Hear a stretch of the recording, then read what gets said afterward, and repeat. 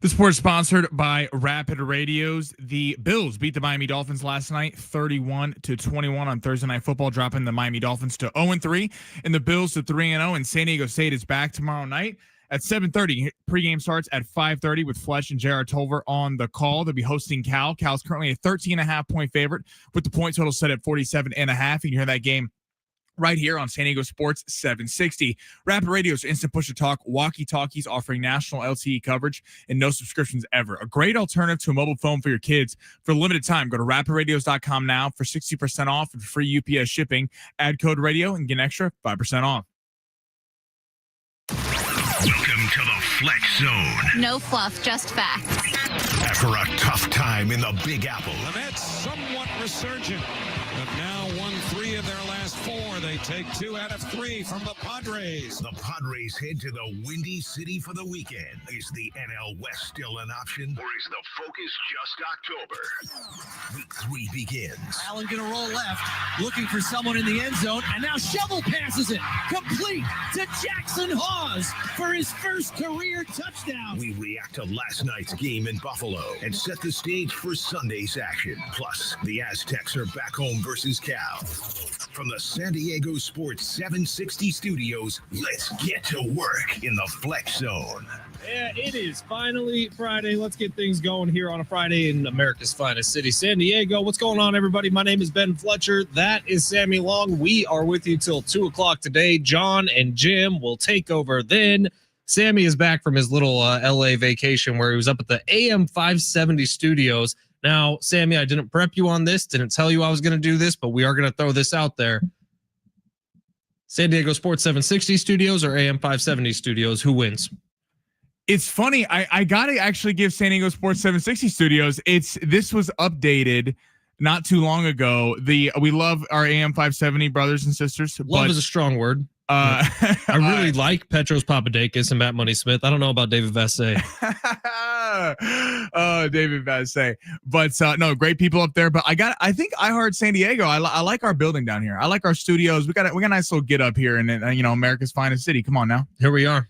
We got NFL Week 3, which got going last night in a good game between the Buffalo Bills and the Miami Dolphins. Sammy nailed that one right on the head. I was a little bit off there. I just want to give myself props to interrupt Fletch for a second. I said with your long shots only getting 1 out of 3. Well, that was the closest 1 out of 3 I think we've ever gotten in our life. If Tua doesn't throw an interception, I think we really come through on that. I want to apologize to Tyler and FedEx Trade. They did say that they would throw an interception. I said no, but I did call the score would be 31-20 Buffalo. It was 31-21, so I was close. You and John Gruden both said had that as the final score of that game. Gruden was close as well. I wonder if you got it from him.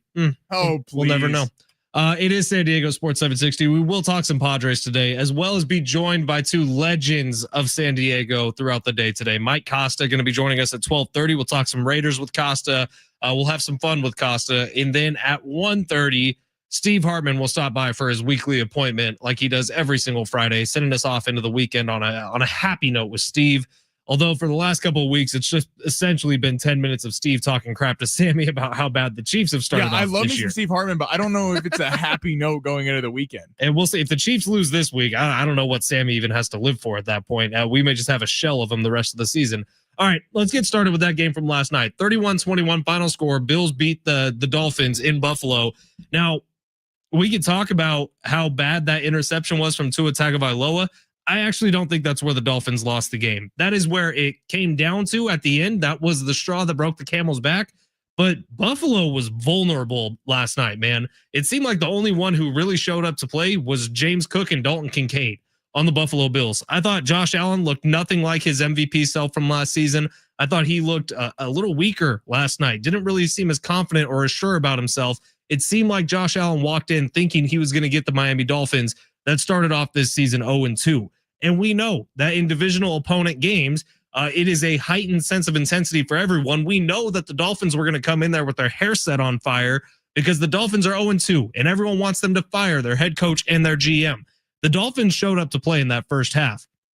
Here's where the differentiation was between these two teams. The Buffalo Bills didn't make the mistake, and the Dolphins made 3 of them. I look back to the first half, number 20 on the Dolphins defense, can't remember his name. He got an unnecessary roughness where Josh Allen was sacked. The play was over. That was such BS. He ended up hitting him again on his way to the ground. the ref had to make that call. Didn't really have an option. It's like you don't give yourself that opportunity to give them a free new set of downs. Buffalo turns that into a touchdown. And then the punt or roughing the punter was so stupid. He didn't have a chance to block that punt. But it was an obvious flag again. So Miami makes these two huge mistakes. Both of them turn into Buffalo touchdowns.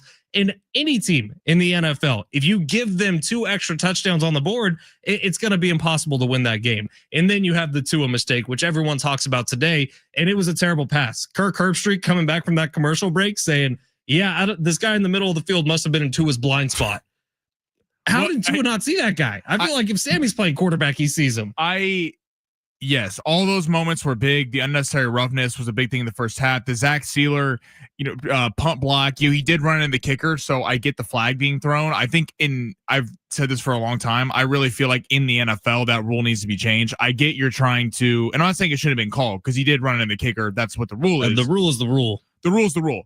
In an overall scope of the NFL, I really feel like that needs to be changed because it's kind of like landing on the quarterback. It's like if you're physically possible, the rule for roughing the passer is if you land on the quarterback. Well, if I'm tackling someone and I fall onto someone, that's the way the momentum is going. It felt like that for Zach Sealer. It kind of felt like he almost got pushed into him, but the call is the call. And then the fact that Tua had a chance to go win that game in the Dolphins offense, which at times looked decent last night and pretty well put together. He missed Tyreek on the boundary on that one, which was brutal, especially for our long shots.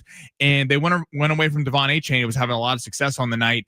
I know Buffalo didn't have Matt Milano. They didn't have Ed Oliver, so 2 key clogs of their defense wasn't there. But the offensive line for Miami, Tua was under pressure all night. And I do think they did enough to save Mike McDaniel's job because they highlighted it on the broadcast. You look at their upcoming schedule. I believe they have the Jets. They have the Browns. They have the Panthers, I believe. They do have the Chargers in there.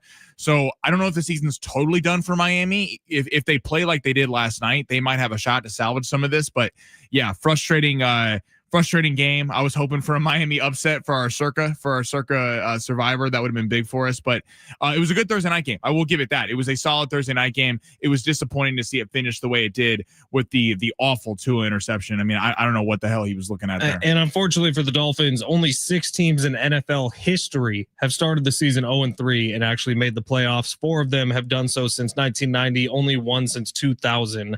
The teams that accomplished this feat, or at least the latest one, the 2018 Texans.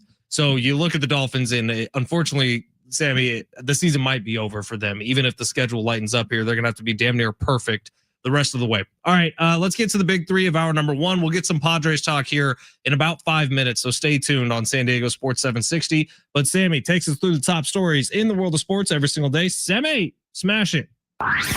Your lunch break is here. Ready to go back to the office and knock the socks off your friends? Coworkers? It's time for the top stories of the day. The Big 3. I wasn't going to bring this up, but YouTube did. Rich said yesterday, I hated to see you guys arguing over picks, but the real lesson is not to take the over on any Dolphins players ever. That's fair, Rich. I will say one thing in my defense. Please do. That was the closest 1 for 3 we've ever had. I know. You were, like 4 yards away on Achane, 1 catch away from and then on Tyreek. Tua sailed the Tyreek. Tyreek was open, and he threw it over his head. He had a drop earlier in the game, too. They were, listen, I don't know what was happening. If they were conspiring against the people of San Diego. I texted you at halftime. I was like, looks like you were right. Nice job, dude. Maybe I jinxed it. Maybe I'm the problem. It's me. We were close. We were so close in a 3-leg same game parlay. But you know what? That's why we have 12:45 today. We're getting it all back this weekend. We have a full college football slate, full NFL slate. We got a lot of stuff going on. All right, where are we starting with the big 3? We're starting the NFL. Fletch sent this to me, and I can't believe this was said aloud. So Raiders offensive coordinator Chip Kelly explains Ashton Genty's usage or kind of lack thereof. He only had 43 yards on the ground. A lot of people criticized Monday night against the Chargers why they stopped giving the ball to Ashton Genty because he looked like he was having success. And he said, quote, in basketball, it's called load management. So he's saying that they are load managing Ashton Genty 2 games into his NFL career. Reaction to this, Fletch. Did you watch Ashton Genty play in college? Does he look like someone who needs to be load managed? You spend your first draft pick on Ashton Genty, and you're trying to load manage him. Look, we'll talk to Costa about this coming up in 15 minutes. Costa's a diehard Raiders fan. He'll be on the sideline for a couple games this year for Westwood One. honestly, this might be a fireable offense for Chip Kelly. Even if that is the internal conversations, like, hey, we don't think Ashton JT is ready to go at this level to play a full 17-game schedule, blah, blah, blah, blah, blah. Even if that is the internal conversation, don't come out there and start saying load management. The NFL is about toughness. It is about grit. And when you have a guy having success, it's about feeding the hot hand, especially if he's not injured or something. And all reports are Ashton JT is completely healthy. Ashton JT said it himself earlier this week. He wants more touches in games. I honestly can't believe this from Chip Kelly, who, look, I got my own personal history with Chip Kelly when he was a 49ers coach and when he was on the staff. Can't stand the guy. But this seems like so idiotic and backwards to what you should be doing when you have one of the more special athletes in the league on your team. You got to see what you got in him. And if you're going to hamper him to what, like 12 touches a game, get the hell out of here, Chip. Right. Why did you draft him? I get I get why. Some of what he's trying to say is that this was the criticism of Josh Jacobs, is the Raiders were terrible and they ran Josh Jacobs into the ground, and now he's having a successful career with the Green Bay Packers, but they just used him, didn't pay him, got him out. But right, if you were going to load manage him 2 games into his NFL career, why didn't you go in another direction? The Raiders need help all over. They need corners, they need safeties, they certainly need wide receivers. There were plenty of wide receivers available at that pick. Ashton JT is a once-in-a-generational type player. You're thinking at the running back spot. It felt like in that game he was the only thing that was working, and forcing the ball to Brock Bowers the whole night was not working. The Chargers put Derwin James on him. They were keyed on him. They were locked and loaded there. It was the one success they were having. I get you want to run your rookie running back into the ground, but I would understand that more later in the season when you have college players usually hit a wall, especially running back, because they're only playing 10, 11 games in a college football season.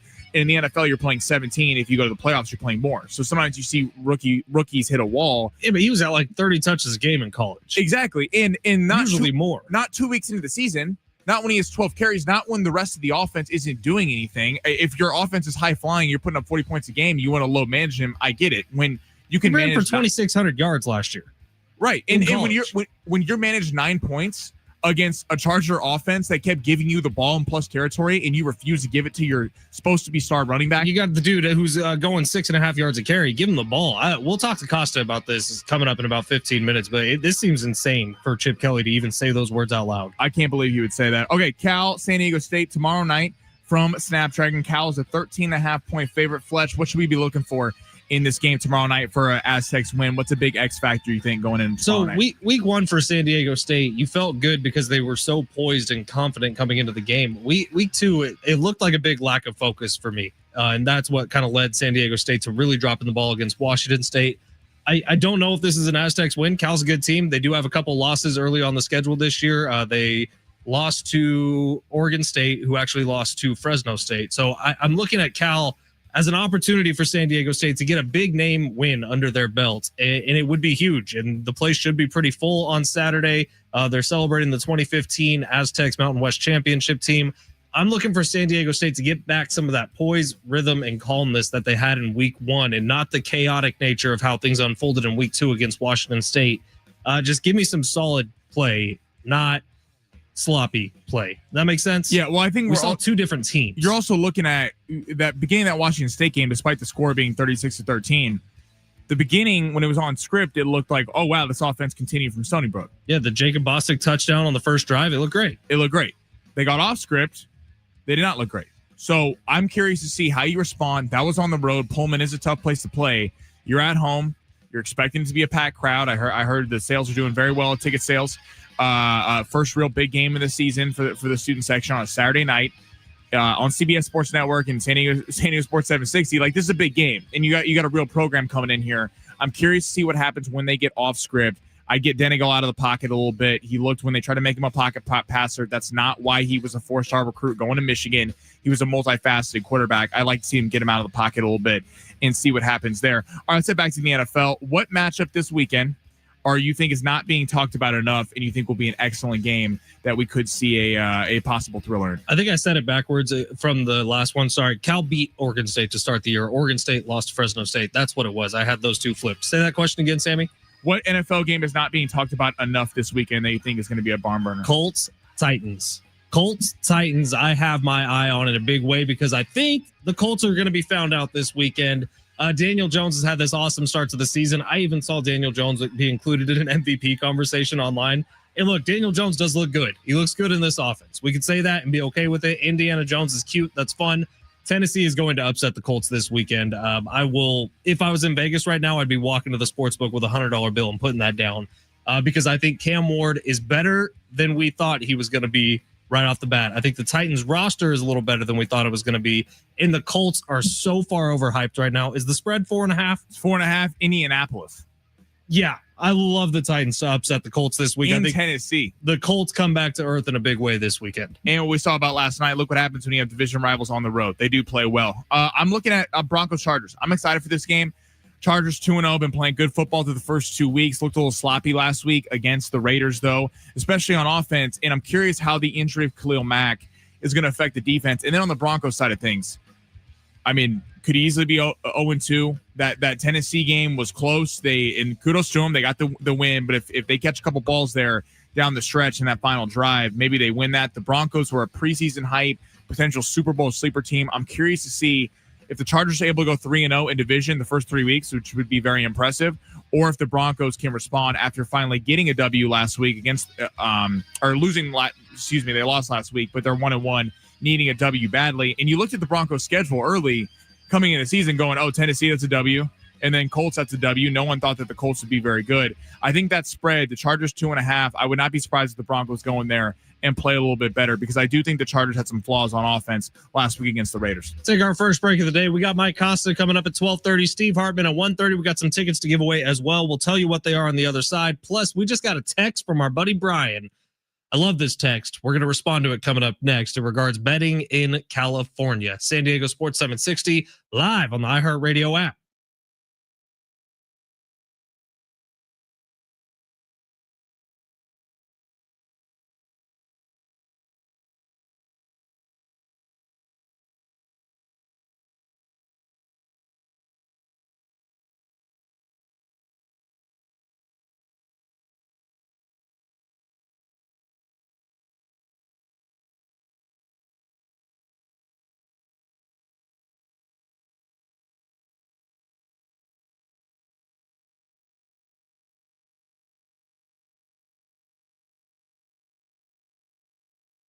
Hey, it's Fletch for.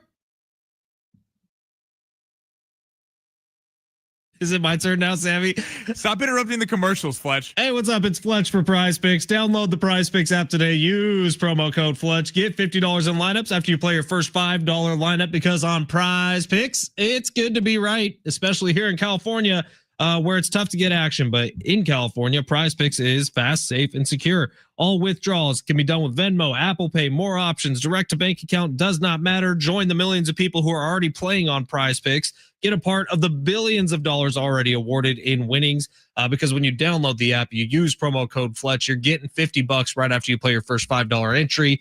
We will give you a $5 entry coming up at 12:45 today for the entire slate of games between college and professional coming up this weekend. So download the Prize Picks app right now so you're ready for it.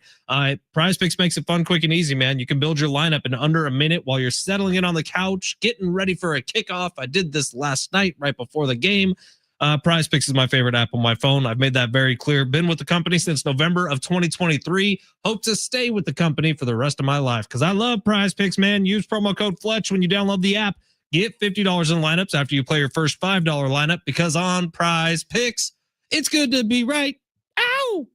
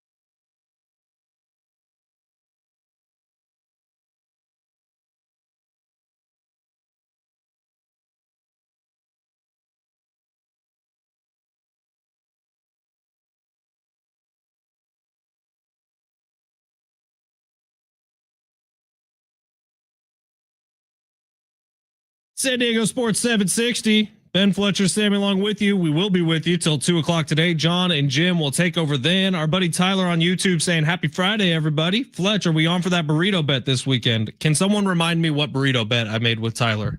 I don't remember, but I think Tyler sent a text in yesterday. Tyler, tell us what the burrito bet was. 949 is, this is what we just got a text. If the Chiefs lose to the Giants on Sunday, Sammy should shave his head on air on Monday. I agree. 949, I accept.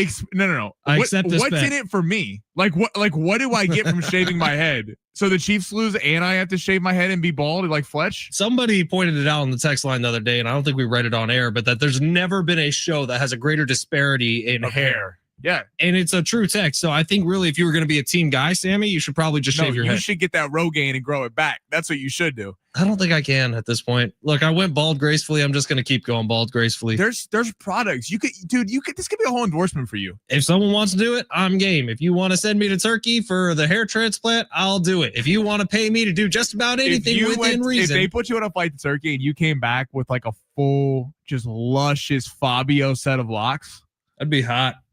It'd be sexy. I'd be leaving this place because I'd be a movie star in Hollywood. Yeah, Sammy. It'd be a problem. Yeah, you have face for TV, baby. All right, we will get to the Padres, I promise, but I did want to read this text. It's very on brand for our show. Brian, our buddy from the 619, gets us, and let's lay this out here. He says, as fun as prop bets are, curious on both of your thoughts regarding the inability to bet in California on general team point spread, money line, over-under bets that are allowable in many other states. Seems like it's idiotic. We can make these bets on individual performances, but not on team results. Do you think it will ever change here? Thanks, from Brian.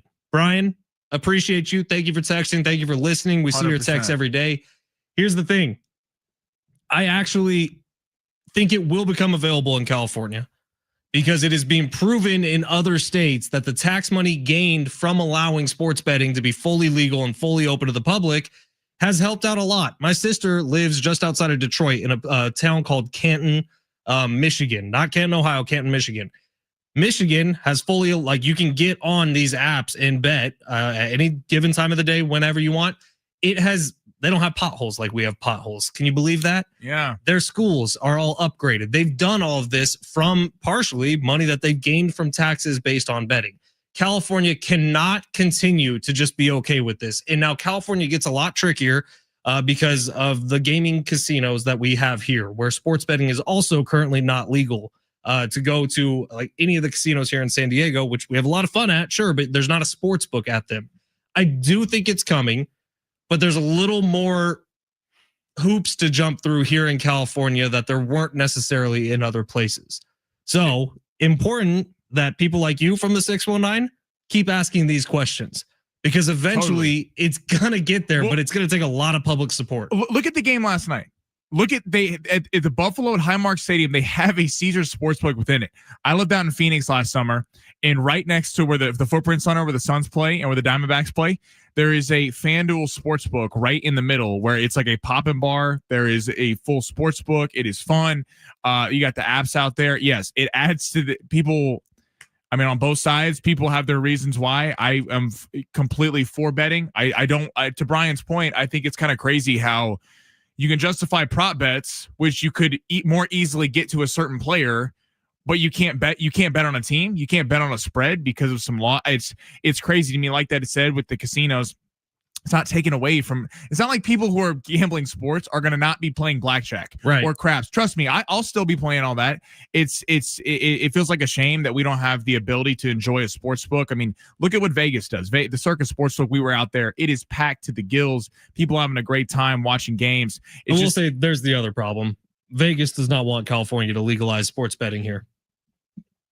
Yeah, but that doesn't matter for I know but Vegas does not want that to happen because Vegas's number one stream of income is people traveling in from California. But it's not like people are not going to stop going to Vegas. For sure. I think I would still continue to go. I freaking love Vegas. That's my second home. I think we're seeing like if you get into gambling, if you have these major companies in the apps, it's not going to deter people from going to a casino. It's going to maybe get people more into it. I know people go, oh, you're corrupting our kids. Well, then let's get rid of alcohol. Let's get rid of weed. Let's get rid of anything fun, anything that is enjoyable. Let's get rid of, because it's going to corrupt our kids. Preach, baby. Look at you, Sammy, going off. 858. Next thing we know, Fletch is going to be doing hymn sponsorship ad reads during the show.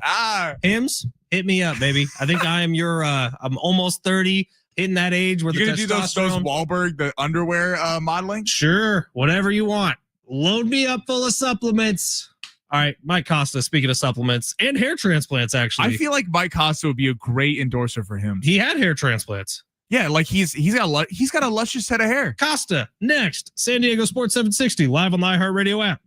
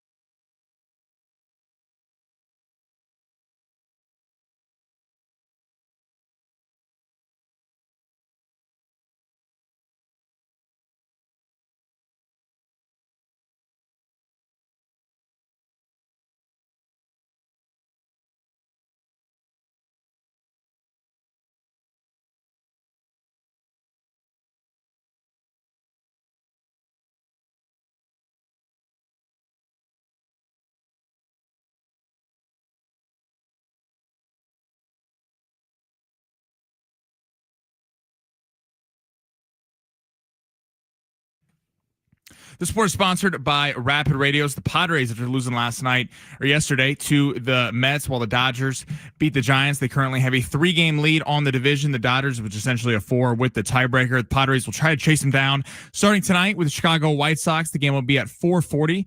The Padres are currently minus 185 on the money line. Dylan Cease will be returning to face his old team, who brings it a record of 8-11 with a 4.59 ERA against Davis Martin for the White Sox, who's 6-10 with a 4.01 ERA. Rapid Radios are instant push-to-talk walkie-talkies offering national LTE coverage and no subscriptions ever. A great alternative to a mobile phone for your kids. For a limited time, go to rapidradios.com now for 60% off and free UPS shipping. Add code radio, get an extra 5% off.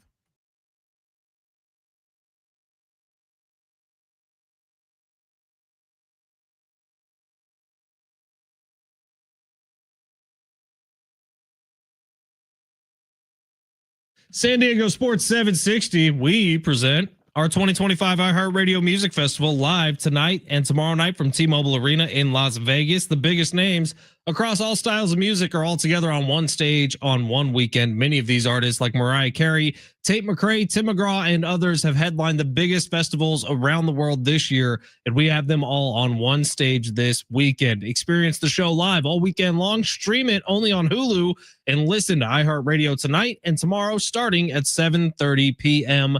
Sponsored locally here in San Diego by STK Steakhouse, which is an awesome spot. 858 texting into the show saying, Fletch, you are correct. Las Vegas definitely doesn't want legal online betting in California. There are articles already that people under 30 don't go to Las Vegas because they can bet right on their phones from whatever state they are currently living in. California is the biggest pipeline of money into Las Vegas. And Vegas, even though the casinos that are in Vegas would also be the casinos you could live bet on here in California, they want people going there to spend money at Gordon Ramsay's place or at the restaurants or at the shows, Cirque du Soleil, whatever it may be. So, yeah, it's going to be tough. California's going to have to jump over a lot of hoops. Hopefully it's coming sooner rather than later. All right, enough of that. Speaking of Las Vegas, the Raiders, rough week 2 performance, man. Woo, Sammy and I both called upset. That is not what we got. Joining us right now, our Raiders insider, the genius, some call him, the slayer of San Diego, Mike Costa, jumping on the show. What up, dude? I've had better weeks, boys. How are you? Yeah, what the hell happened, man? We all thought upset. Chargers going down at the hands of Ashton Janty and Geno Smith, and Geno Smith just decides to throw the ball to the Chargers instead of the Raiders all night long. Yeah, well, Geno Smith, the Jets Geno Smith showed up, not the Seahawks Geno Smith showed up. And listen, when you preaching to the choir, you draft Ashton Janty number 1 for a reason. And that is to establish a run game with that massive offensive line, which in turn is going to open up the pass game. We've heard this a gazillion times before. But when you run the kid 11 times for, 42, 43 yards, don't even put him in there. Just go 5 wide and throw the ball. So they were their own worst enemy. And obviously, Geno Smith throwing 3 interceptions were some of his fault. I think 2 of them were. You're not going to win. You're not going to win, period. Especially against the Chargers defense that might be top 3 right now in the NFL. As much as that makes me sick to my stomach to say. Mike, the Chip Kelly just said at his presser earlier that basically they're load managing Ashton Janty like in the NBA or in college basketball. What's your reaction to that, him being the top pick for the Raiders? You know what? Call Boise State and ask them how much they air quotes load managed Ashton Janty in the course of their season. He was a plow horse, workhorse, bell cow, whatever adjective you want to attach to it. That's what he did. And he carried the ball 7 times against New England. He carried 11 times against LA. You know, do something. Give him 20 plus carries just to see if he can, carry that load and if you have to manage him. Because I don't know about you guys, but my thought is he would just start to show like, okay, getting warmed up, getting in the groove, and then boom, they either pull him out or, they run some passing scheme, because a lot of times they had to because they were behind the sticks. Yeah, but they weren't in the first half. And right away, it seemed like Ashton Janty, I think his first touch, he had a 13-yard carry. And it's like, oh, that's the guy who we thought we were going to see in week 1. And then they really go away from him. But the Raiders do lose. And by the way, his college numbers last year, Costa, at Boise State, his junior season, 374 attempts in 14 games, leading to 2,600 yards, 29 touchdowns, 7 yards per carry, 185 yards per game. I get it. College is different from the NFL, and he was playing in a Mountain West, but you drafted him in the first round like that for a reason with a top 10 pick. And the fact that they're not using him, I don't know, man. All right, so Chip Kelly, let's go to that. Look, it's Pete Carroll is there now. You feel like you got the head coach figured out, but Chip Kelly has a long history in this league, and he's left a lot of fan bases feeling burned by him. Are Raiders fans already ready to see Chip Kelly walk out the door? No, because he's got the body of work that garners some of the respect and also garners him the time to kind of shape this Raiders offense and his image per se. Are you going to get the craziness that was Oregon? Because again, that's college football and that's, playing against freshmen and sophomores. Whereas, as we all know in the NFL, you're playing against men who've got baby seats in the back of their SUVs, and this is a job. So you're not going to have that kind of flash and fireworks. But my God, get a little creative on offense. And I get it. Brock had the knee brace on that you could tell was hindering him as he was trying to get open in some of the routes he was running. But you've got some guys that are playing wide receiver in the NFL for a reason. They have the talent to do the job. And this, 2 wide, 3 wide, it's so predictable at times with Chip Kelly. So I don't think the fans are. Raider Nation will not walk on him. But dude, you got to get more creative, especially with the Geno Smith, who right now is looking like he's kind of morphing back into old Geno Smith. So I was about to get to Geno Smith, 0 for 11 on air passes, 10+ yards downfield. Do you think that was just a one-off performance, or can he regain where he was in Seattle a little bit? Sammy, I'll tell you what, it better be a one-off, because they bring him in, they pay him the money, and now listen, they didn't bring him in and say, okay, here's our Super Bowl hopes on your shoulders, Geno, go. No, they know there's a big enough body of work with Geno Smith that clean pocket, high percentage passes, he's going to thrive.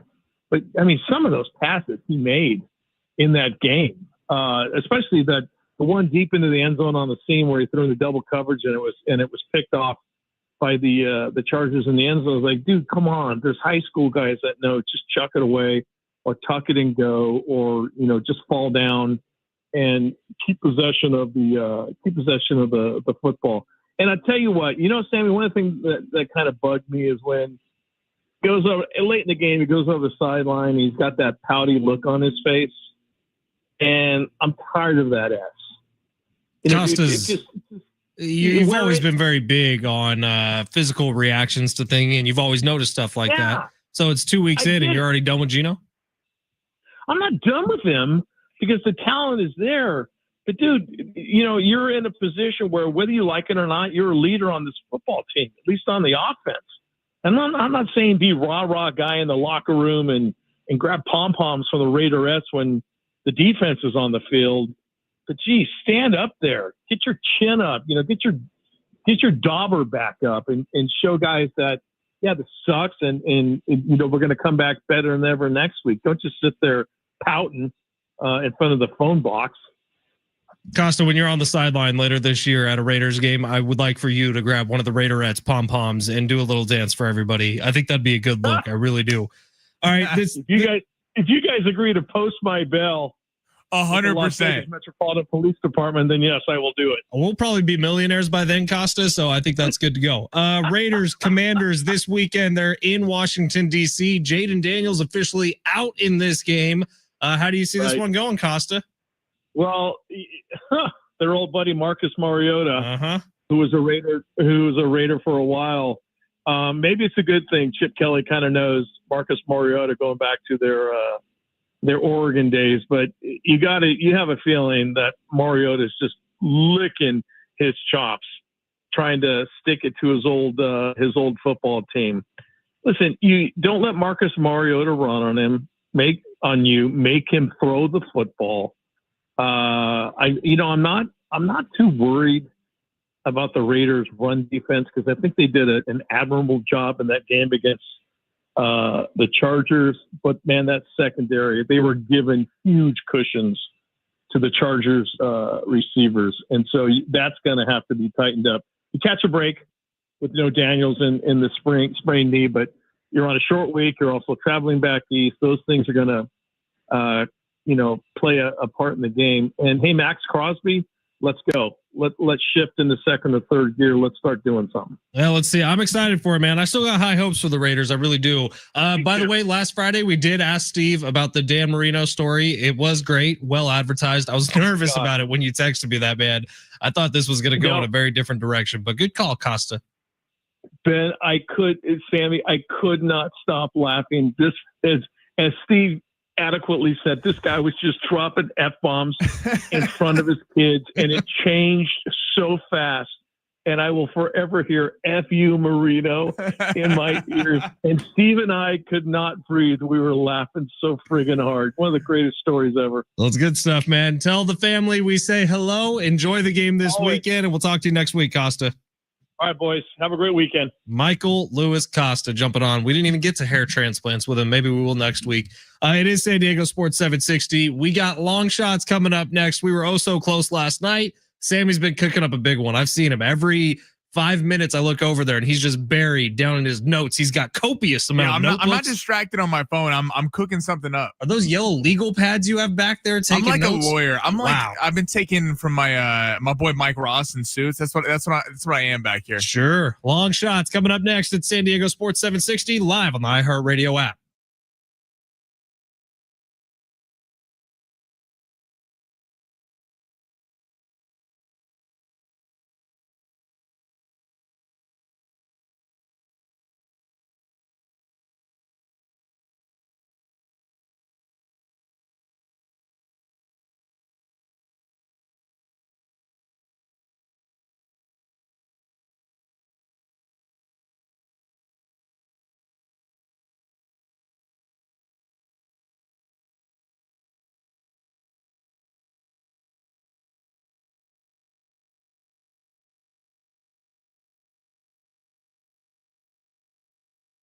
Hey, it's Fletch for Prize Picks. Download the app today. Use promo code Fletch to get $50 in free lineups after you play your first $5 lineup, because on Prize Picks, it is good to be right, man. Football is here. That oasis of the time of year is here. Every game matters. You don't want to miss a moment this football season with Prize Picks.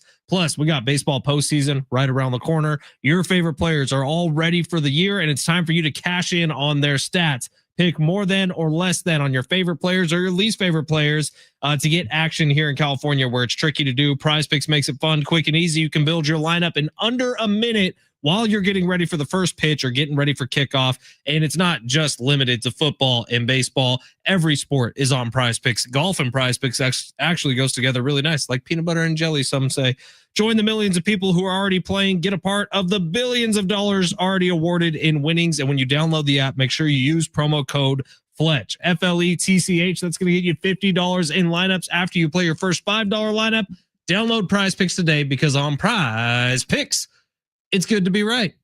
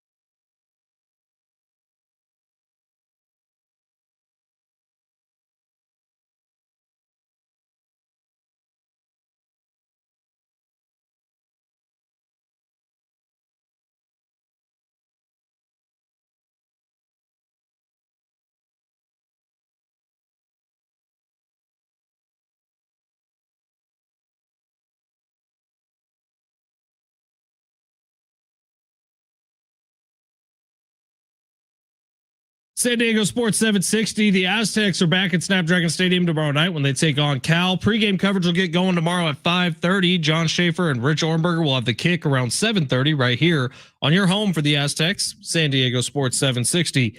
858 texting in saying 0 chance California will ever allow sports gambling here.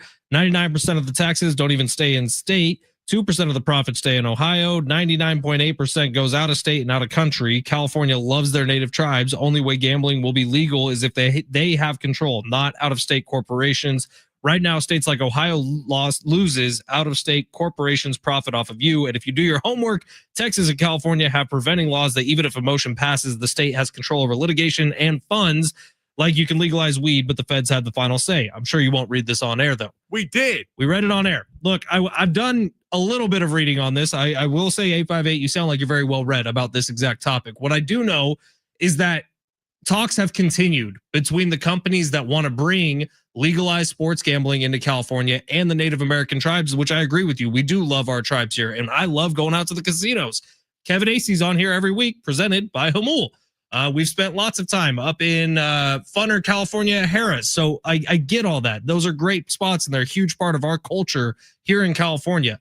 What I will say is FanDuel, who's one of the big ones trying to get into California, they were trying to force it a couple years ago in 2022 when it was first tried. And their CEO has stepped up and admitted that the California attempt was an absolute failure on their side of things, the way they had things drafted up.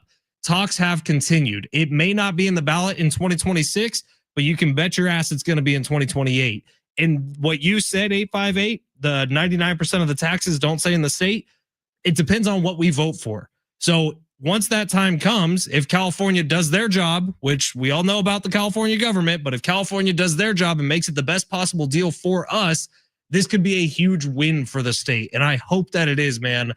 Because, yeah, it's fun that Sammy and I can sit on a couch on a Sunday and bet a bunch of NFL games, but it actually could bring a ton of money to the state that seems to be hemorrhaging money at different points. So I don't know. I'll get off of this. I'll be done with it. 858, I respect you, man. I'm glad you're listening to us, and I'm glad you have thoughts on this.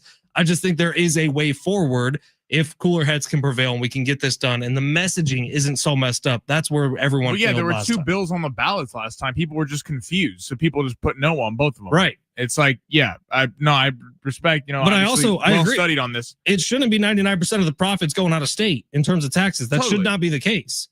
We have the power over that. We're starting our, what do we say? We're starting our grassroots campaign Grassroots campaign. We're going to be picketing. We're going to do stuff like that. All right, Sammy, let's get into long shots today. Speaking of all of this, on long shots, we use something called Prize Picks, which is daily fantasy sports. So let's get to it. Let's see. Underdogs? Nah, that's old. Those with a less than good chance of winning? Too wordy. Wait, got it. It's time for Sammy's long shots. Use promo code Fletch, you get a $50 bonus. That's pretty cool. Hell yeah. And by the way, this is fun. And that's what it's supposed to be. You know what we should do? Let's get rid of everything fun. Let's get rid of it all. If anything's fun, let's get rid of it. Coffee shops, out. Gone. Bye. Alcohol, bars, bye. Marijuana, bye. We would have never had friends. Friends, bye. Yeah. Gambling, bye. The Office, see ya. Bye. Gone. The only problem with doing a lineup on a Friday is there's so many sports to pick from. It's kind of overwhelming. I know. I have so many picks on here. I don't even know what to give the people. But so I got a massive NFL one. I do have one baseball, but see Patty Mahomes discounted to a half yard. Yes, we're going to include that. Patrick Mahomes discounted to a half yard. Go ahead and grab that. That better come through, or we will be very sad on Monday. So Patrick Mahomes more than a half pass yard. Let's do that. All right, let's go to Philadelphia against the Rams. I've been on record yesterday. I think the Rams are going to show out in this game. The Rams defense actually bottled up Philly last year in that playoff game. Was excellent. Jalen Carter did get to the Rams. The Rams didn't score too many points, but let's not forget it was a damn snowstorm coming down sideways in that game. The Rams, I think, put on a big performance against Philly. I think Philly's got a lot. They've been dealing with a lot. The Chiefs and the Eagles have been going back and forth this week. A lot about the tush push. There's been apparently the NFL, as of yesterday, is going to be calling the tush push a lot tighter. Jordan Mailata going on Philadelphia radio and kind of bashing the media narrative around the tush push, saying that it's ridiculous that people are saying they're winning because of it. So they are. Well, of course they are. And by the way, on a side note of that, no one's saying that the Chiefs lost that game because of that. The Chiefs lost the game because they lost the game. We're saying about the tush push is that it's a ridiculous play and it's unfair and there's no way to stop it. And it's crazy that now the guards are moving first. That's a whole soapbox for another day. Anyway, Matthew Stafford, more than 228.5 passing yards. Wow. I think he gets us going. The Philadelphia secondary is suspect. The Chiefs could not take advantage of it till the end of the game because the Chiefs have no receivers right now. With Worthy being out, Rasheed being out, Jalen Royals being out. The Rams do. They have Puka Nacua. They got Devontae Adams. They're going to take advantage of Adoree Jackson, that number 2 corner out there, former Giant in Philly. So I think Matthew Stafford has a big day, more than 228.5 passing yards. Let's go to the other side. Bijan Robinson, you don't normally like going unders on fantastic players. Bijan Robinson, less than 109.5 rush and reception yards. I'll tell you why. Huge day against the Vikings. I'm very high on Atlanta, but I think this could be one of two things could happen. This could be a blowout, and you want to load manage like Chip Kelly likes to say. I don't think I'd want Bijan Robinson, who is the entire offense, running a lot in this game and wearing down the second half. Or this is a divisional matchup on the road. Carolina knows Bijan Robinson. They've seen him a lot over the years. We've seen bad teams play well. They do have a decent front there in Carolina. I think this is a little bit too high of a number considering last week. 109.5 rush and reception yards, less than for Bijan Robinson. Can I pause you real quick? Yeah. I agree with this pick, and I'm putting this pick in. I just want to tell you, last year against Carolina, Bijan Robinson had like the best game of the season. Yes. This is why, hey, we got to go against the grain a little bit. I got faith in you on this one, but I'm pretty sure he put up damn near 200 yards of total offense. I know he did. Carolina last year. I think 109.5 is a little bit too high for me right now. All okay, right. Let's go. Deebo Samuel, Washington against Vegas. We just had Mike Costa on breaking down that game. We're going to go Deebo Samuel, more than 4.5 receptions. I think with Marcus Mariota and Jaden Daniels out for this game, Deebo Samuel is going to be very involved. I don't think we're going to be seeing the deep shots of Terry McLaurin. The Raiders defense was surprisingly pretty good against the Chargers. I actually got to give them a lot of credit. The back end of that defense isn't great, but especially with Max Crosby, going to get it going, I believe. Deebo Samuel, a lot of short routes, a lot of getting some easy screens. I think Mariota's getting the ball out of his hand fast. More than 4.5 receptions for Deebo Samuel. And then we're gonna go Tennessee. Cameron Ward against Indianapolis. I'm with Fletch. I think Indy gets stopped this week. Cam Ward's been really tight.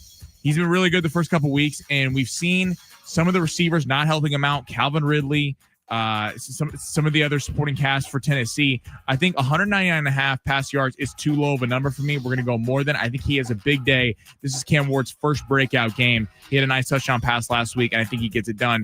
And then my last pick is a baseball pick. And we can veto this because I know it's not going to be very popular in San Diego. But Clayton Kershaw, more than 4 pitcher strikeouts, and I'm going to tell you why. He retired yesterday. It's going to be his last regular season start.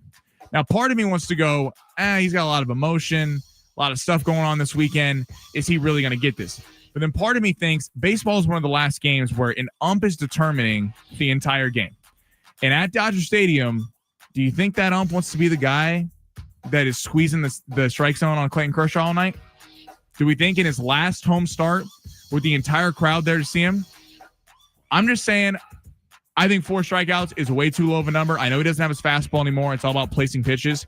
But in tonight's game, the Giants' offense was anemic last night. It only came at the late run against Blake Trinan late, which everyone seems to be hitting off Blake Trinan now. 4 pitcher strikeouts, I think he has a big night tonight in his final home start at Dodger Stadium. I agree with you on that one as well. Hashtag faith in Sammy is there. I'm not going to include that in my lineup. Okay. Because I don't want the lineup to be dead tonight. You know what I mean? Like, I want to make sure this thing survives until Sunday. Okay. That's fair. But I just feel like if you're the ump tonight at Dodger Stadium. For sure. No, your logic is right. And Kershaw's probably going to have a special night here tonight. By the way, you Padre fans, genius on social media. I don't know if you saw this trend yesterday, Sammy, but a bunch of Padre fans were saying like, oh my God, what a career from Clayton Kershaw, blah, blah, blah, blah, blah, blah, blah. All these really nice things about him. And then they're like, here's a highlight reel of some of his best moments. And it's him giving up playoff leads. That's fantastic. And I'm all for it. But at the same time, I was laughing my ass off. I saw like 10 of them yesterday. It's not the best look when the way the Padres have been playing. No, recently. for sure not. I'm just being honest. We hell. obviously want the Padres to be playing well. it's not the best look when they get smacked by the Mets last night and the Dodgers get a win. It looks Oh, like they're have fun one time, Sammy. It's no, I'm funny. just saying that what I'd like to see the Padres do is actually make it hurt in the standings and in the postseason. Sure. And not, I feel like the Padres win on social media a lot, and it's kind of frustrating. It's like I wish they'd actually go win on the field. They got to win somewhere. I guess. Imagine literally. Oh, we don't have time for this. We could get into it. We could talk about the Padres next. The plight of a San Diego Padres fan, being a lifelong Padres fan, growing up, having to deal with this.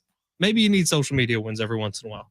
All right, San Diego Sports 760. Hour 2 is coming up next. Steve Hartman's going to be jumping on the show. I will say our buddy FedEx Trade not agreeing with your Bijan pick. He's saying I already took Bijan over 1.5 touchdowns this weekend. Well, he can have 1.5 touchdowns. He just doesn't need 109.5 rushing receiving yards. Right. All right. Quick break. Hour 2 next. Steve Hartman next. And we got some giveaways next as well. Stay tuned. San Diego Sports 760 live on the iHeartRadio app.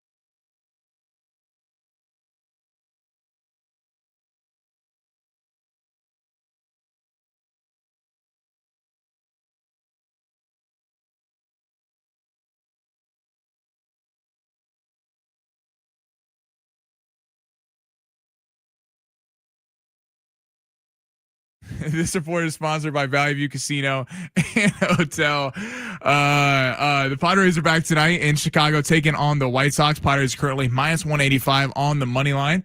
Game is going at 4:40 tonight. Dylan Cease will be playing his former team, and Davis Martin will be going for the White Sox. And the Bills beat the Dolphins last night 31-21. Tua Tagovailoa had a costly interception at the end of the game, which sealed it. Make a splash, earn some cash at Valley View Casino and Hotel. On September 26th, one lucky winner will wave hello to cash, cash, and more cash, or a spin for $100,000 during the 3 C's giveaway. Only at San Diego's favorite casino. Welcome to the Fletch Zone. No fluff, just facts. After a tough time in the Big Apple, The Mets somewhat resurgent, but now won 3 of their last 4. They take 2 out of 3 from the Padres. the Padres head to the Windy City for the weekend. Is the NL West still an option, or is the focus just October?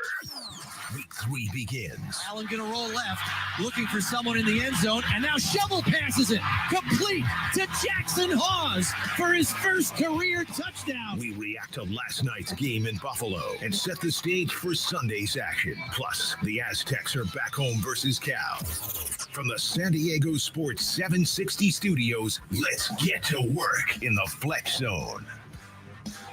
Yeah, it's hour number 2 here on San Diego Sports 760. Welcome in. Thank you for being here. My name is Ben Fletcher. That's Sammy Long. If it's your first time trying us out, we just like to party. That's what we like to do.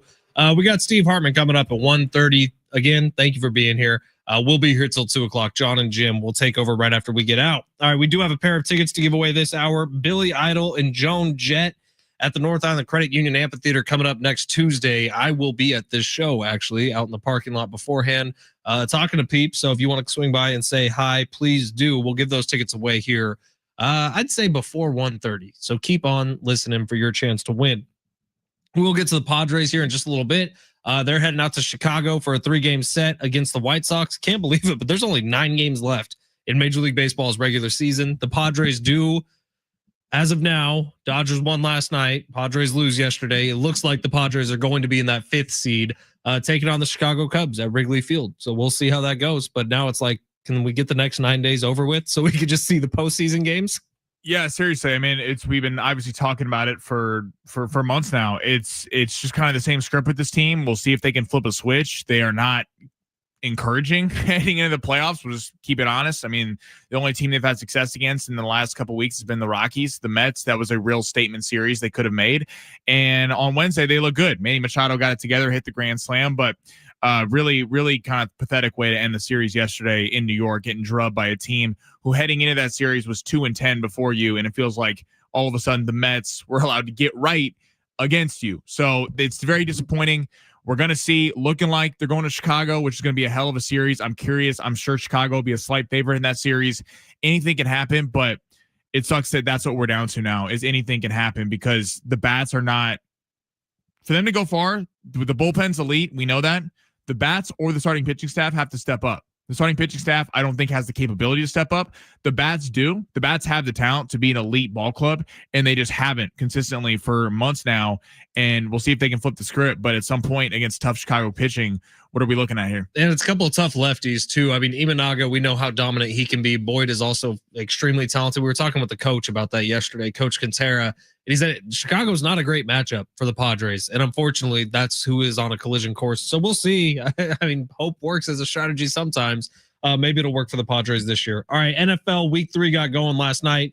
Dolphins fall to the Bills 31-21. It felt like for a moment, the Dolphins could pull the upset in that game. And then Tua throws a absolutely diabolical interception, and that kind of wipes out any hope.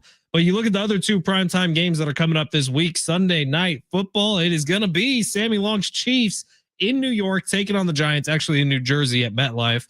5:20 kickoff, Chiefs, Giants. The Chiefs could drop to 0-3 for the first time in Patrick Mahomes' career, and it will be at the hands of Danger Russell Wilson and the New York Giants, who have this rookie Cam Scatterboo, who looked damn good a week ago. Seems like they really found something.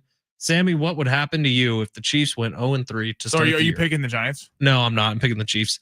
They win this game probably pretty handedly. And then our Monday night game this week is phenomenal. It's fantastic. It's in Baltimore. The Lions are heading to take on the Ravens. The NFL has done one thing very, very right this year, and it's early season primetime games. Chargers Raiders is the only dud that I have in my mind of any of the primetime games. Even that Falcons Vikings game, which ended up being pretty lopsided, the Falcons won that one by a lot. It still had the storylines. It still had Michael Penix versus JJ McCarthy for the first time in their young careers, even though they both sat out last year and then got going this year. Every primetime game has been absolutely money, and I can't wait for Lions Ravens. Yeah, I'm super excited. Lions Ravens going to be fantastic, and I'm curious about. We'll obviously get into that a lot on Monday, but we've seen Lamar and the Ravens boat race NFC teams. We've seen this consistently. His record is, I don't have it right in front of me, but it's something unbelievable against the NFC teams. I want to say it's 24-3. It's something insane like that because it makes sense because Lamar is such a unique quarterback. It's the teams in the AFC see him a lot, so at least you're 24-4. Excuse me, 24-4. You're somewhat prepared for it a little bit, especially this. Obviously the Steelers, the Bengals, the Browns see him twice a year, and all the teams at the top, at the who've been in the playoff picture the last few years, and the Bills and the Chiefs and teams like that see him a lot. But NFC teams just don't, and there's very few teams that have a scout team quarterback that can even somewhat replicate what Lamar is able to do. We saw them destroy the Lions a couple years ago in Baltimore. This game is going to be really fun because we don't really know on the Lions yet. The Lions didn't look good at all against the Packers, destroyed the Bears, but then again, the Bears don't look like they're going to be very good. So I'm curious to see what happens, and that game is going to be fantastic on Monday night. I can't wait for that one. All right, big three of hour number 2. Let's get to it. Steve Hartman coming up at 1:30. Billy Idol tickets coming up within the next 15 minutes. Don't go anywhere. Big 3 hour 2. Sammy Long taking us through the top stories of the day. Sammy, smash it. Your lunch break is here. Ready to go back to the office and knock the socks off your friends? Coworkers? It's time for the top stories of the day. The Big Three. Sammy, we got bad news, man. We got bad news in a big way. Igbuka questionable for the game on You Sunday. said his name right. I'm proud of you. I got the last name. The first name, is it Emeka? Emeka Igbuka? Emeka. I don't know, dude. Emeka Igbuka. But he's officially questionable for Sunday's game against the Jets. We were going to pick the Bucks in Circa Survivor. I had some hesitation on that. I know. They have 3 offensive linemen out. You're Igbuka's all in out. on the Falcons, and I have hesitation there. Well, who has the authority to make the pick? Who's wearing the hat, bro? Who has access to the account? You do, which is why we need to settle on someone that we both agree on. All right, where do we start with the big 3? We're starting. NFL released a statement to officials. Keep an eye on false starts with the tush push. They are apparently going to be calling this very tight in after this weekend and ongoing. Do you think the tush push will be banned at the end of the year? And how do you think the Eagles will deploy it the rest of the season knowing this? I do think it might get banned at the end of the season. It was close this last offseason, a lot closer than I thought it was going to be. It was only a couple more owners needed. They need 2 more votes. Yeah, that's it. I have a feeling next year it will be. Now, the tipping point in what you just read, the NFL memo that went out to officials saying you got to call it closer this week, is not because of the video that went viral, is not because of a bunch of Chiefs fans complaining. It's not because of any of that. You know what it is? And I don't have this source. This is just what I think. It's Jason Kelce going on the podcast and be like, yeah, they were lined up offsides. Jason Kelce, who's like the father of the tush push, went in and said, yeah, they're doing it wrong. They're doing it illegally. This is bad for football. I do think that's what is causing the NFL now to go, hey, but we can't have this BS in our league anymore. Well, and Brady, I agree with Jason Kelce. Brady calling out on the broadcast. It's getting to a point where you're seeing it like Peter Schrager. There's a lot of former head coaches. I believe Bill Cowher went on Rich Eisen and kind of was like, I don't like the play. It's hard to watch because it's unstoppable in the way that the NFL is officiated now with the defensive rules and everything favors the offense. I mean, you can't try to slap the ball out from the center snapping it. You can't jump over the center anymore. It's like physically impossible if guys are getting so low in the pile. And then my biggest problem is that then we keep talking about forward momentum. So a lot of times we watch the play, they don't get it on the first push. They get it on the second push where then he's still laying on top of bodies. Well, I mean, the Chiefs game, Drew Tranquill takes the ball away from him, and then they call it down. It's like it's not even fair to these teams. And going back to the Cowboy game, that final drive of the game before the Cowboys got the ball back, all the big 4th downs, 3rd and 4th downs they got were to the tush push. And I hear Jordan Mailata going on Philly radio and saying he's frustrated that people have a national narrative that they're winning games because of this. It's like, Well, then don't run it. Don't run it. We'll see if you win games because you are the first team to be 2-0 that does not have a passing touchdown through the first 2 weeks. So, and by the way, you're paying 2 excellent wide receivers who don't get used. Well, that's what I'm curious about. How long? So AJ Brown's obviously he's been very outspoken before. He's lost it on the sidelines of Jalen Hurts. AJ Brown and Devontae Smith are not going to be cool if this is week 6 and their stats are awful. I mean, AJ Brown's getting paid in a big way, so I feel like he might be fine. But yeah, Devontae Smith is still on that contract. I can't believe we haven't seen this yet, but the video of Denzel Washington in Remember the Titans playing Coach Herman Boone when he's screaming out, "They're lining up off sides. Ref, they're lining up off sides." We got to see that next time the Eagles do the stupid tush push. Let's head to college football.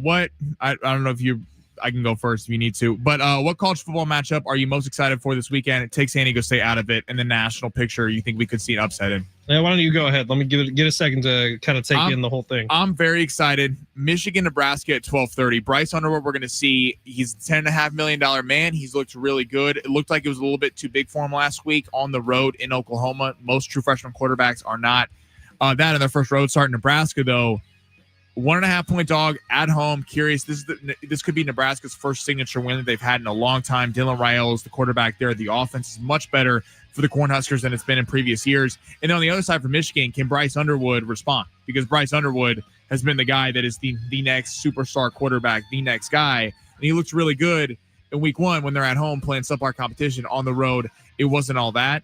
And then I'm also going to go Utah, Texas Tech. I'm very excited about Utah because I don't like that school. They have harassed the USC Trojans for many years, but Devin Dampier is a really fun player to watch.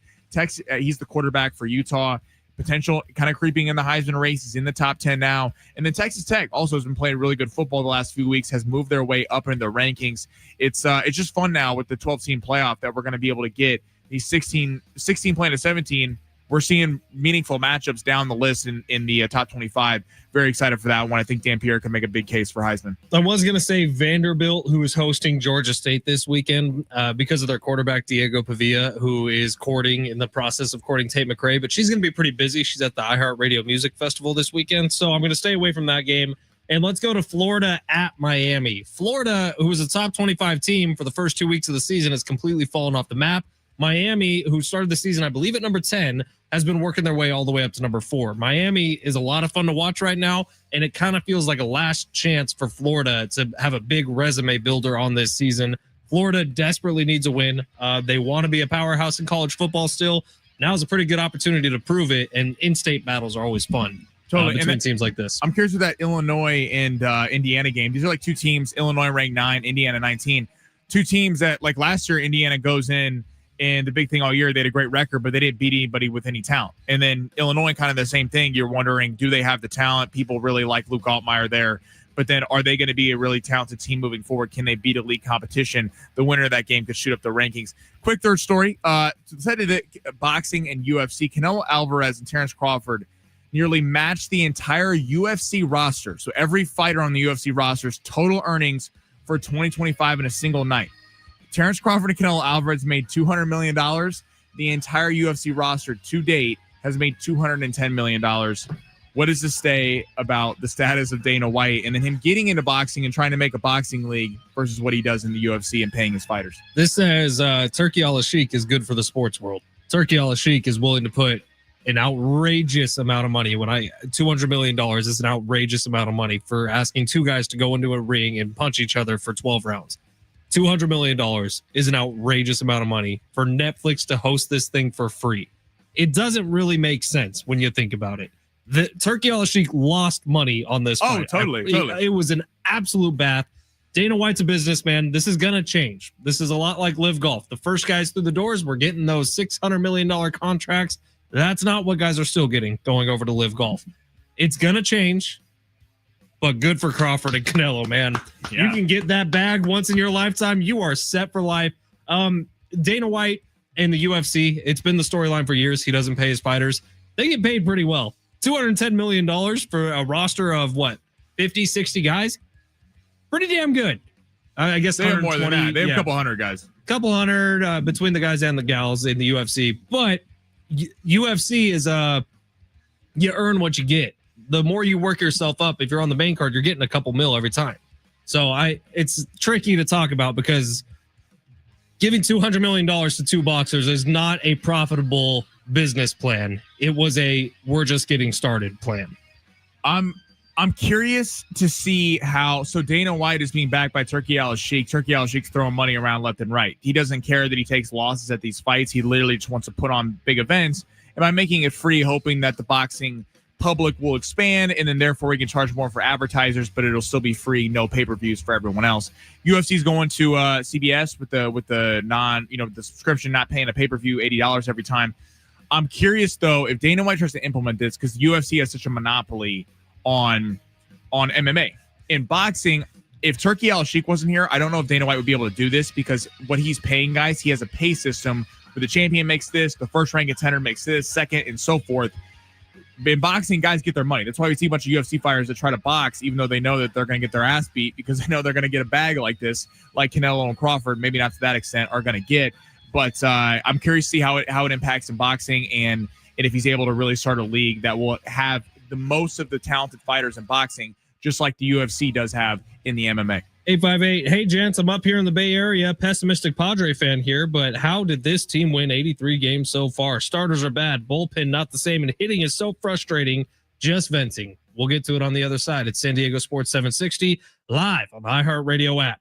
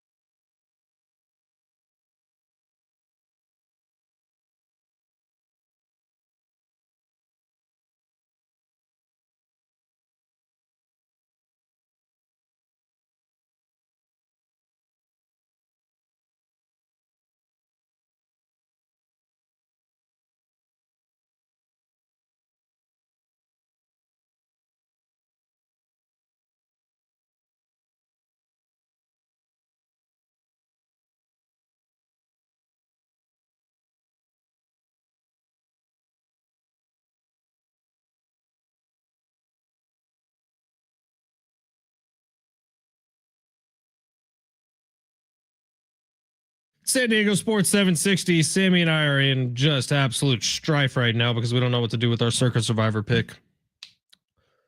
Got a couple hours to figure it out still. Let's get to some Padres talk here. We got a text in from the 858. Hey, gents, up here in the Bay Area, I'm a pessimistic Padre fan, but how did this team win 83 games so far this season? Starters are bad, bullpen not the same, and the hitting is so frustrating. I'm just venting. 858, thank you for texting in. Thank you for listening to the show. I'll give you exactly how they've won 83 games so far this year. They had two separate stretches of 14-3 that kind of throw off all the numbers of the entire season. You look at the Padres for most of this year, and they are a sub 500 baseball team. But two stretches of 14-3 help you out so much and gives you so much cushion. And it's great that the Padres did that, but that's not who's consistently been playing baseball for the Padres this year. And when you put that into perspective, looking forward to the postseason race, without those 14-3 stretches, we're not talking about a postseason team here, but they have those stretches. We know that baseball is capable of being played. And that's what's so frustrating when you watch this team struggle through a series with the Mets and struggle through series on the road all season long and struggle with really talented pitching, is that we know there is a 14-3 team in there. We know that this offense is capable of so much more.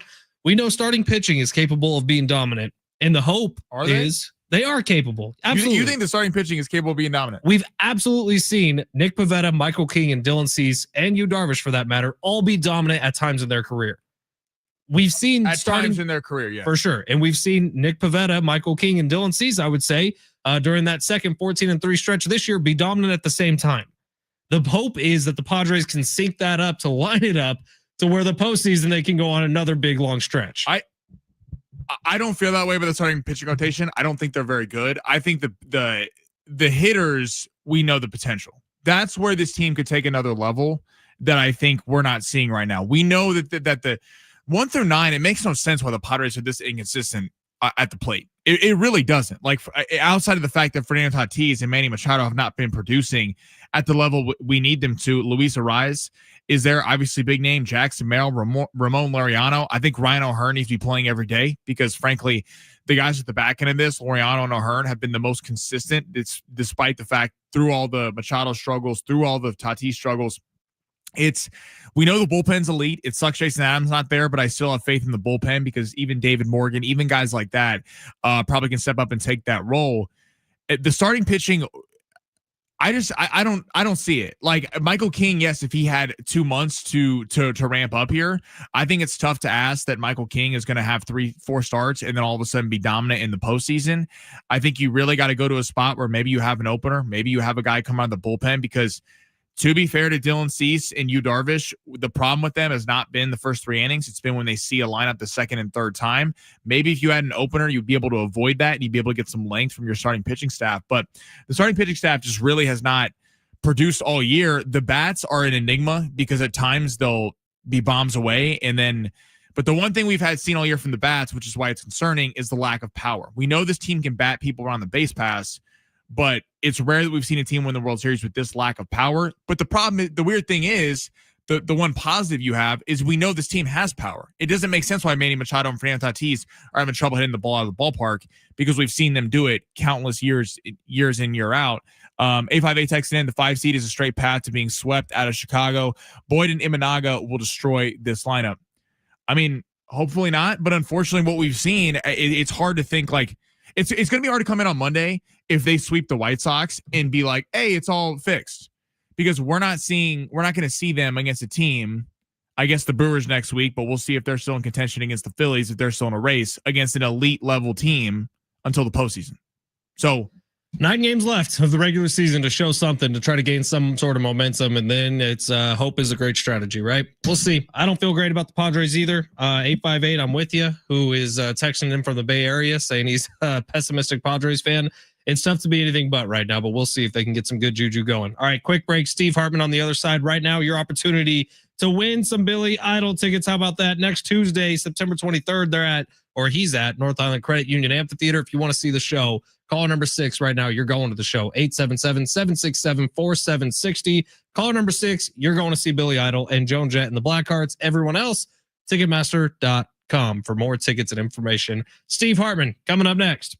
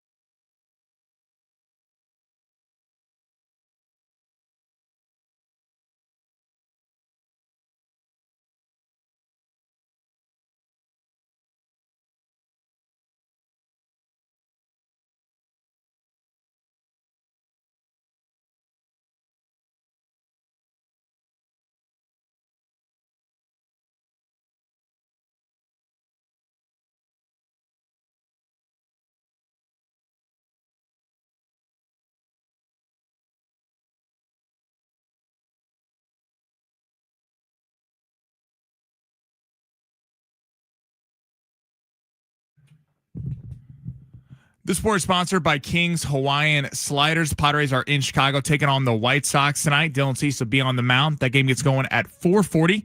Padres are currently minus 185 on the money line. San Diego State tomorrow night. You hear it right here on San Diego Sports 760. That game gets going at 7:30. Pregame will be starting at 5:30 with Fletch and J.R. Tolver. Cal is currently a 13.5 point favorite. Eli Manning reminds you there's nothing like football and King's Hawaiian Sliders. There's something about those soft, fluffy, irresistible King's Hawaiian Sliders that make them a winner on game day. Pick them up this weekend in the bakery or deli section of your grocery store. King's Hawaiian. There's nothing like it.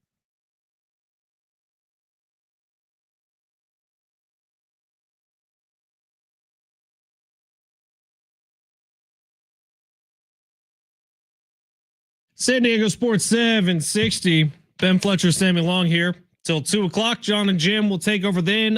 Fantasy football red alert here.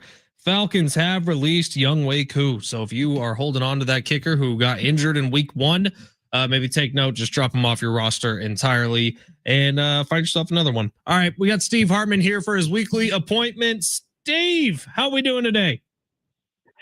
Well, better than the Chiefs as they look up at the entire AFC West and are a full 2 games behind the Chargers. But here's the good news. Teams that start 0-2 have a 12% chance of making it to the postseason. Go to 0-3, only 6 teams have done it. And all Charger fans out there, true Charger fans, San Diego Charger fans, will remember the only 0-4 team ever to make the playoffs, and that was the 1992 Chargers. We were the Charger Station 690 back in the day. It was a magical time. Steve, do you have any prediction for the Chiefs Sunday night matchup against the New York Giants? Do the Chiefs fall to 0-3 on this season?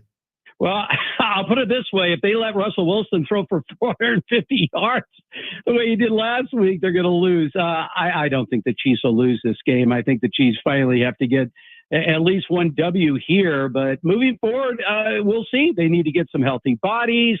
And again, you've got a quarterback, Mahomes. If you look at his numbers, he's in the bottom 10 in the league in passer rating, QBR.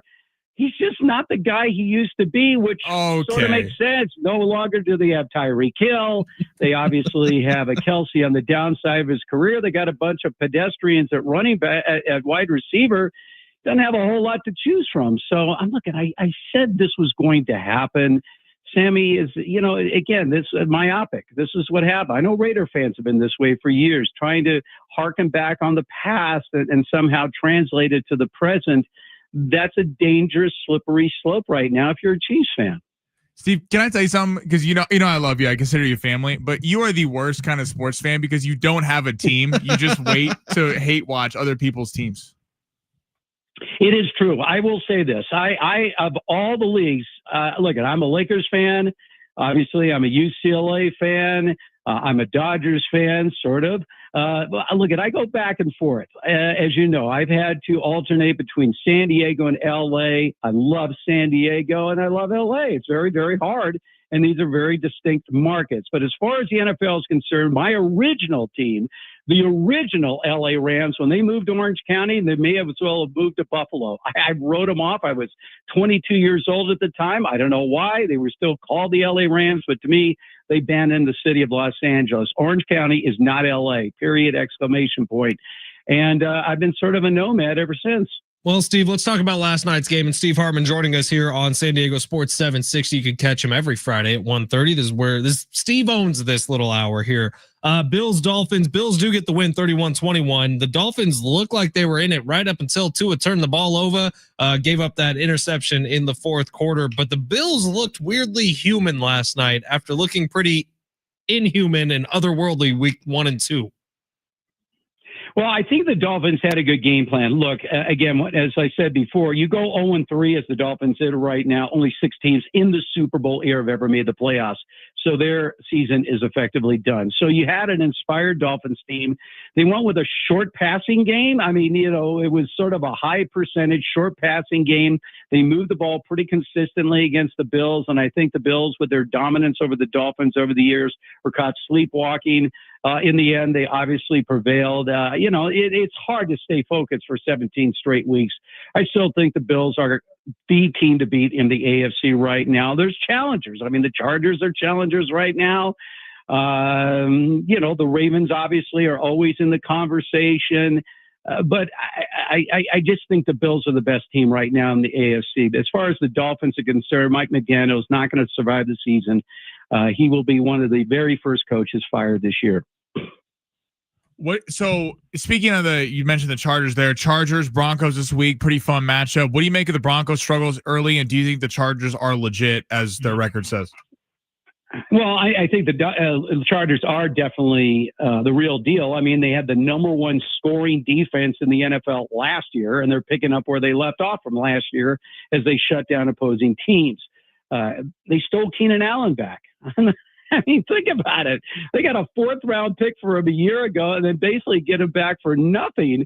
And already he's had an impact as far as being that guy that Justin Herbert is comfortable throwing the ball to. That being said, my pick to win the AFC West before the season was the Broncos, and honestly, they haven't looked all that great.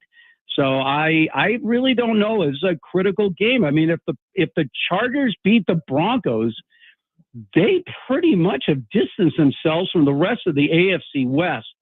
And let's not underestimate how much good coaching matters.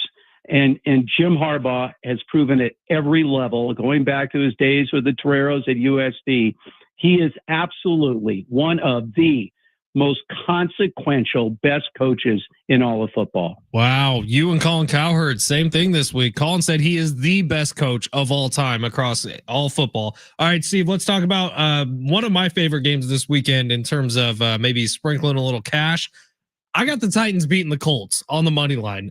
I think that the Colts are going to get found out this weekend. Cam Ward has been better than the numbers and the 2 losses would suggest. And I do think the Colts going into Tennessee might get that ass beat this weekend. What do you think on that game? Am I crazy? That is not a game I would touch. That's like the last game I would touch. Look, Cam Ward had that across-the-body touchdown pass that was just mind-blowing, showing his abilities, right? But outside of that, he's looked very much like a rookie quarterback in his first 2 games, wildly inconsistent, missing targets.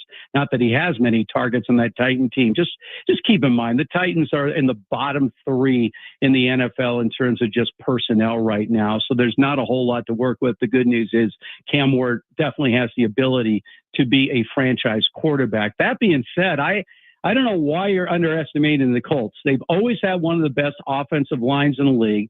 Jonathan Taylor is back on his A game, and Daniel Jones looks like the quarterback the Giants thought they had after that playoff victory against the Giants, and they rewarded him with that big contract. There is nothing bad about Daniel Jones right now. He's winning with his arm. He's winning with his legs. He is the quarterback that the Giants thought he was going to be when they gave him that contract extension. So, and what did he do to the Giants? You want to roll the dice on a bad Titans team, good luck. But I would not underestimate how good this Colts team is with a competent quarterback. What did Daniel Jones do to the Giants after signing that contract? He burned them, Steve. And what are the Colts going to do? Or Daniel Jones going to do to the Colts after 2 really good performances? He's going to burn them. And they're going to lose to the Titans, who do have a bottom 3 roster. Book it. Talk to you next Friday. Sammy, what you got for Steve? I will say this, Fletch. If next week we're sitting here talking and you'll say, I told you so, I told you so, I will bow to you. But I wouldn't put 3 cents in terms of my own money on the Tennessee Titans. Steve, flipping to baseball real quick. What are you making of the Padres kind of slumping a little bit here recently? Dodgers playing the Phillies and then the Giants. What do you think about heading into the playoff picture here in a week?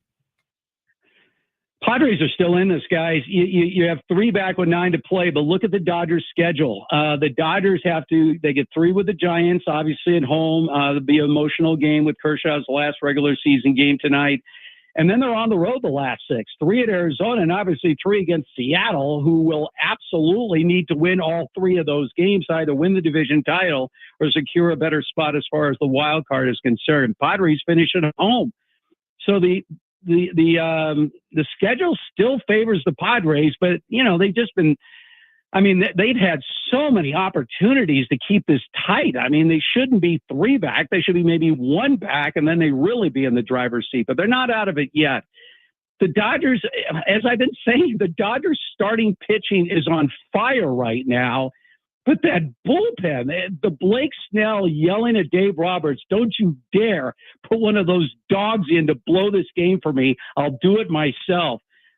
He definitely won the hearts of Dodger fans. When's the last time you actually saw a relief pitcher on the field walking to the mound and then turning around and going back to the bullpen? Could be a game changer for the Dodgers. But like I said, the Padres are not out of this in terms of winning the division.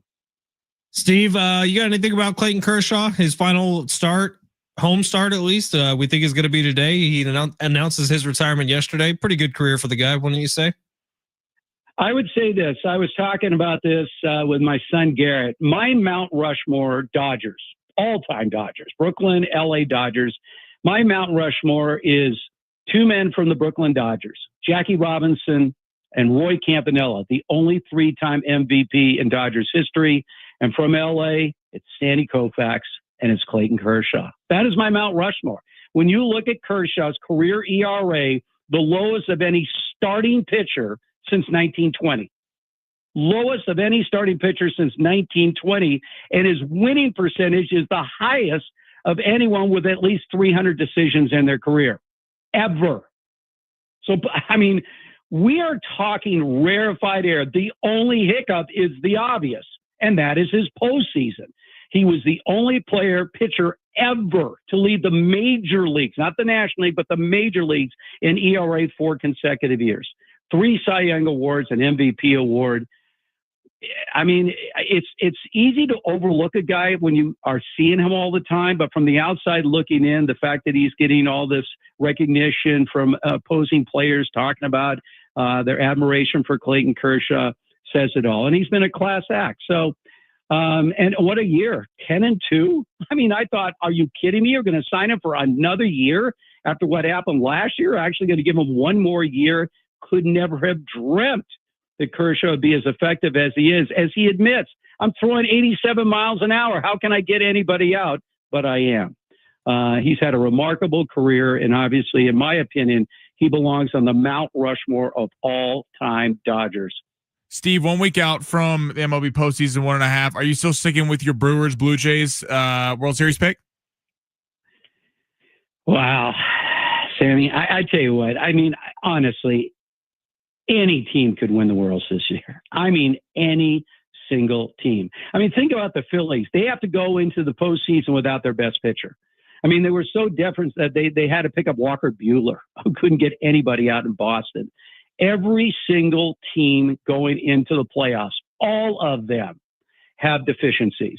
No team is even close to a lack of weaknesses. So, I mean, it's a crapshoot. It could pick any combination of teams out of the National League, American League, they could end up with the World Series. I feel like the Mets could. I mean, you're so right, Steve. Like the Mets, if they catch fire, they could all of a sudden start ripping through everybody, and they've been hopeless for the last couple of months. Who thought the Texas Rangers were going to win the World Series a couple of years ago? Right. Anybody? Hello? You know, I mean, Bochy always finds a way, right? So you have a new pick? How did it? I mean, no, I will stick with the pick. I hate to make a pick and then, you know, go a different way. And then you have the pick. Oh, you change your mind. Now, I'll stick with what I said. I mean, like I said, maybe things are going to go to form. I doubt it. But I'll tell you one thing.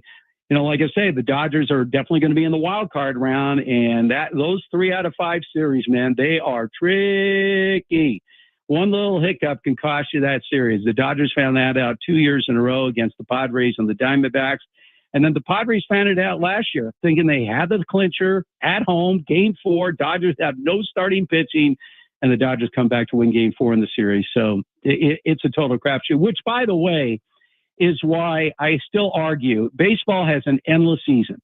But once we get to the postseason, more often than not, the MLB postseason exceeds expectations. The drama of baseball in the postseason is pretty much unmatched, and I expect the same thing this year. I do too. I think it's going to be an excellent postseason. Can't wait for it. 9 games away from most teams. This is going to be a lot of fun. Steve, put the house on the Titans. We'll talk to you next Friday, and we'll all be rich men. On the Titans. So it's going to be great. Yes. And by the way, if Russell Wilson beats the Chiefs, you may have to look for a new partner, Fletch. I don't think I don't think that Sammy could face an entire season knowing that if they fall to 0-3, their season is over. Then I will just hate watch the Niners. You're welcome on board, Sammy. You can be a fan if you want. I got an extra hat. God, no. God, All right, no. Steve, we'll talk to you next week. Thank you, man. All right, guys. Talk to Steve next week. He's crazy. All right, San Diego Sports 760. We are going to wrap this thing up. We got to make our pick for Circa Survivor coming up next. It's San Diego Sports 760 live on the iHeartRadio app.